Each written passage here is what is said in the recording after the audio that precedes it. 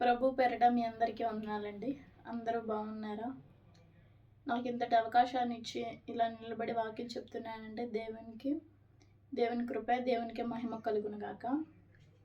ఈరోజు వాక్య సారాంశం ఏంటంటే, నీ యొక్క భారము యెహోవా మీద మోపుము. ఆయన నిన్ను ఆదుకుంటాడు. నీ భారం అయితే ఏదైతే ఉందో, నువ్వు ఏ భారాన్ని అయితే మోస్తున్నావో అట్టి భారాన్ని దేవుని మీద వెయ్యి. బైబిల్ గ్రంథం కూడా అదే సెలవిస్తూ ఉంది. మనం చూసుకున్నట్లయితే కీర్తనల గ్రంథము 55వ అధ్యాయం 22వ వచనం. నీ భారము యెహోవా మీద మోపుము, ఆయన నిన్ను ఆదుకొను. నీతిమంతులను ఆయన ఎన్నడూ కదలనీయుడు. నువ్వు నీతిగా యథార్థంగా దేవుని పట్ల నువ్వు జీవించినట్లయితే దేవుడు ఎన్నడూ కదలనీయుడు. దేవుడు ఎన్నడూ విడిచిపెట్టేవాడు కాదు. నీ భారం అంతా యెహోవా మీద మోపము. నీ భారం అంతా దేవుని మీద వెయ్యి. నువ్వే దేంతో అయితే బాధపడుతూ ఉన్నావు. కొంతమందికి పైకి నవ్వుతూనే ఉంటారు, కానీ మనసులో దుఃఖము, వేదన, ఆందోళన, ఒత్తిడి ఇవన్నీ ఉంటూ ఉంటాయి. అయితే నాకు తెలియకపోవచ్చు, ఇంకెవరికైనా తెలియకపోవచ్చు, కానీ నీ హృదయ వేదన దేవునికి తెలుసు. దేవుడు అదే మాట్లాడుతూ ఉన్నాడు. నీ భారము యెహోవా మీద మోపుము, ఆయన నిన్ను ఆదుకొనును. నువ్వు ఏ భారాన్ని అయితే మోస్తున్నావో, లైక్ ఆరోగ్యం బాగాలేదా, అప్పుల సమస్యలు ఉన్నాయా, లేక వివాహం జరగట్లేదా, బిడ్డలకి మంచి జ్ఞానం లేదా, మంచి ఇల్లు లేదా, ఏ భారాన్ని అయితే నువ్వు మోస్తున్నావో ఆ భారాన్ని దేవుని మీద వేయి. నువ్వు ప్రార్థన చేసినట్లయితే ఆయనకు తెలుసు. తండ్రి అయిన దేవునికి అన్నీ తెలుసు. అడగకయే మీరు పొందుకోలేకపోవచ్చున్నారని దేవుడు మాట్లాడుతూ ఉన్నాడు. అందుకే దేవుణ్ణి అడిగి మనం పొందుకోవాలి. మనం దేని గురించి చింతించకూడదు, కానీ మన యొక్క భారం దేవుని మీద వేసి నీతిగా యథార్థంగా మనం ఎదురు చూసినట్లయితే, దేవునికి ప్రార్థన చేసినట్లయితే ఆయన మన పక్షాన కార్యం చేస్తాడు. ఊరికే ఉన్నా కానీ దేవుడు మన పక్షాన కార్యం చేస్తాడు. చూడండి, ఇక్కడ మనం చూసుకున్నట్లయితే నిర్గమాకాండం 14వ అధ్యాయం 14వ వచనం. యెహోవా మీ పక్షమున యుద్ధము చేయును, మీరు ఊరకే ఉండవలెను ప్రజలతో చెప్పాను. యెహోవా మీ పక్షాన యుద్ధము చేస్తారని ఇక్కడ తండ్రి అయిన దేవుడు ఇక్కడ సెలవిస్తూ ఉన్నాడు. దేవుడే మన పక్షాన యుద్ధం చేసేవాడు. అంత పెద్ద గొలియాతుని దావీదు చంపగలిగాడంటే ఎలా సాధ్యమైంది? దేవుడే దావీదు పక్షా నుండి యుద్ధం చేశాడు. దావీదు అయితే కాదు, దావీదు చిన్నవాడు, అతనికి శక్తి సరిపోదు, కానీ గొలియాతుని చంపగలిగాడంటే దేవుడే దావీదు పక్షా నుండి యెహోవా పేరట నేను వస్తున్నానని దావీదు ఒడిసెల రాయి పట్టుకొని విసిరేస్తాడు. అప్పుడు ఆ గొలియాతు నేలను కుప్పకూలిపోతాడు. అది ఎలా సాధ్యమైంది? దేవుడు దావీదుకు తోడు ఉన్నాడు.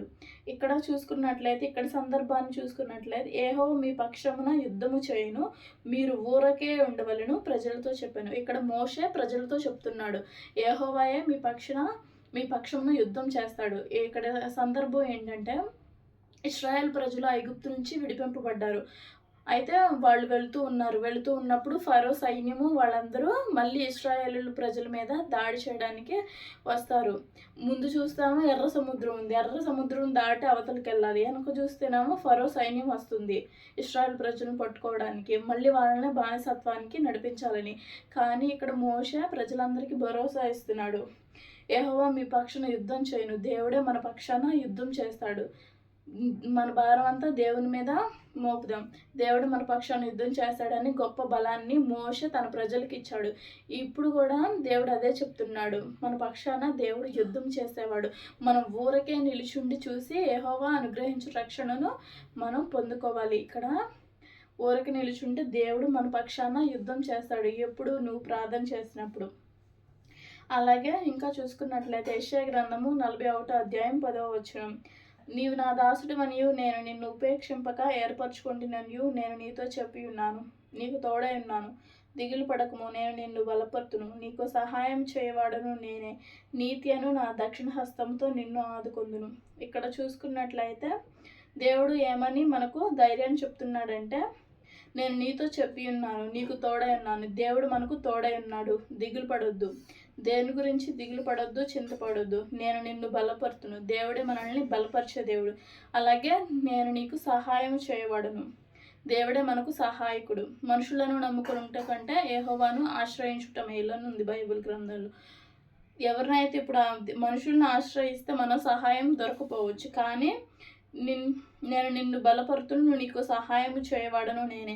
దేవుడు నీకు సహాయం చేస్తానని అంటున్నాడు. నేనే నీతి అను నా దక్షిణ హస్తంతో నిన్ను ఆదుకుంటాను. నువ్వు ఇప్పుడు ఏ భారాన్ని అయితే మోస్తున్నావో ఆ భారాన్ని దేవుని పైన మోపినట్లయితే ఆయనే మనల్ని ఆదుకుంటాడు, అలాగే మనల్ని బలపరుస్తాడు, అలాగే మనకు సహాయం చేస్తాడు.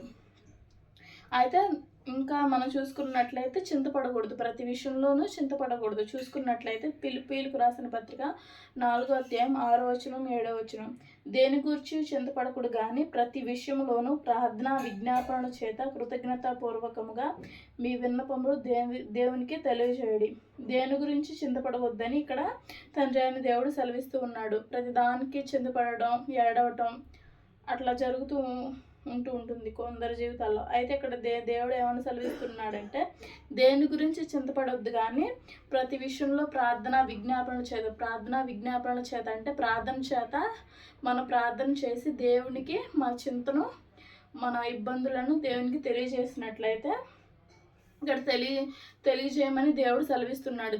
మీరు చింతపడొద్దు, మీ భారం అంతా నా మీద వేయండి, నేనే మీ పక్షాన్ని యుద్ధం చేస్తాను, మిమ్మల్ని బలపరుస్తాను, మీకు ఆరోగ్యాన్ని ఇస్తాను, మీకు ఏదైతే కోరుకుంటున్నారో అది నేను మీకు దయచేస్తాను, దిగులు పడొద్దు, భయపడొద్దు ఇక్కడ దేవుడు సెలవిస్తున్నాడు.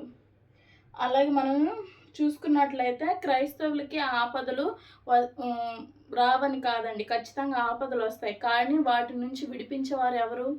మనుషులైతే కాదు. మనుషులు మనల్ని వేటి నుంచి విడిపించలేరు, కానీ దేవుడే వాటి నుంచి విడిపిస్తాడు. క్రైస్తవులకి శ్రమలు రావని అర్థం కాదు కానండి, క్రైస్తవులకు శ్రమలు వస్తాయి, కానీ వాటి నుంచి విడిపించగలిగే దేవుడు మన పక్షాన ఉన్నాడు. చూసుకున్నట్లయితే కీర్తన గ్రంథము 34వ అధ్యాయం 19వ వచనం, నీతిమంతునికి కలుగు ఆపదలు అనేకములు, వాటన్నిటిలో నుండి యెహోవా వానిని విడిపించును. ఇక్కడ చూడండి, నీతిమంతులకి అనేక ఆపదలు కలుగుతాయంట, కానీ వాటన్నిటిలో నుంచి దేవుడు వారిని విడిపిస్తానని ఇక్కడ సెలవిస్తున్నాడు. ప్రయాసపడుచు భారం మోసుకొనుచు సమస్త జనులారా నా యొద్దకు రండి, నేను మీకు విశ్రాంతినిస్తానని దేవుడు సెలవిస్తూ ఉన్నాడు. నీతిమంతులకు ఆపదలు అనేకములు ఆపదలు వస్తాయి, రావని కాదు, కానీ అప్పుడు వాటన్నిటి నుంచి విడిపించే దేవునండి మన తండ్రి అయిన దేవుడు. మన ప్రార్థన చేసినట్లయితే మన చింత ఏదైతే బాధపడుతున్నామో, ఏదైతే అనారోగ్య సమస్య ఉందో, ఏదైతే అప్పుల బాధలు ఇంకా ఏదైనా సమస్యలు ఇబ్బందులతో బాధపడుతున్న వారు ఎవరైతే ఉన్నారో వాళ్ళు దేవుని మీద భారం వేయమని ఇక్కడ బైబిల్ గ్రంథం సెలవిస్తూ ఉంది. దేవుని మీద భారం వేస్తే దేవుడే మన పక్షాన్ని యుద్ధం చేస్తాడు, అలాగే మనల్ని బలపరుస్తాడు, మనకు సహాయం చేస్తాడు. మనం దేని గురించి చింతపడవలసిన అవసరం లేదు. అలాగే ఆపదలు అనేకలు వస్తాయి, కానీ వాటన్నిటి నుంచి విడిపించేవాడు మన దేవుడే. కాబట్టి మనం మోకాళ్ళు వేసి ఇప్పుడే ఈ క్షణమే దేవుడు మీతో మాట్లాడుతూ ఉన్నాడు. దేవుడు ఎలా మాట్లాడతాడు? తన వాక్యం ద్వారా అందరితో మాట్లాడుతూ ఉంటాడు.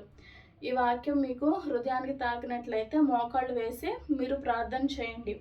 దేవా, నా భారాన్నంతా నీకు మోస్తున్నాను, నా పరిస్థితి ఇది, నా సమస్య ఇది ప్రభువా, యేసయ్యా నన్ను బాగుపరచు, నన్ను లేవనెత్తు అని మనం ప్రార్థన చేసినట్లయితే ఏ సమస్య నుంచి మనం బాధపడుతూ ఉన్నామో అట్టి సమస్య గురించి మనం ప్రార్థన చేసినట్లయితే దేవుడు నీ జీవితంలో గొప్ప కార్యాన్ని ఆయన చేస్తాడు. నమ్మి విశ్వాసం ఉంచి దేవుని వైపు తిరిగి నువ్వు ప్రార్థన చేస్తే ఆయన నీ పక్షాన్ని కార్యం చేస్తాడు. చిన్న మాటలు దేవుడు మీ హృదయంలో ఫలింపజేయునుగాక. ఆమెన్.